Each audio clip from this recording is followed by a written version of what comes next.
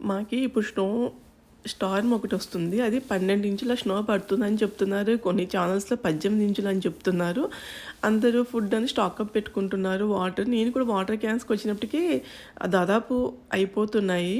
ఇంగా మాకి స్నో పడేది ఆదివారం, సోమవారం అండి. ఇప్పటి నుంచి అందరూ ఫుడ్డు తెచ్చేసుకుంటున్నారు. మళ్ళీ బయటికి వెళ్ళకోకుండా ఏ టైమింగ్స్ ఎట్లొస్తాయో అని చెప్పి.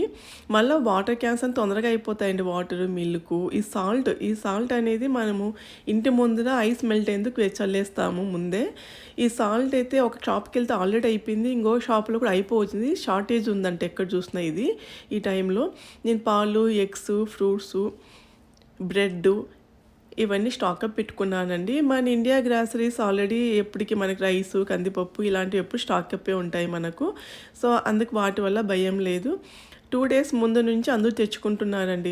లేట్‌గా పోంగా ఉంటాయో ఉండవో కూడా తెలీదు. అంత రష్ అయితుందా వాళ్ళేమో ఇప్పటికి అయిపోతుంటే స్టాకప్ పెడుతున్నారు. వాళ్ళు కూడా రావాలి కదా!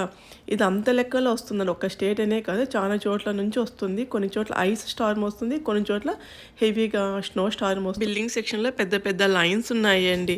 బిల్డింగ్స్ దగ్గర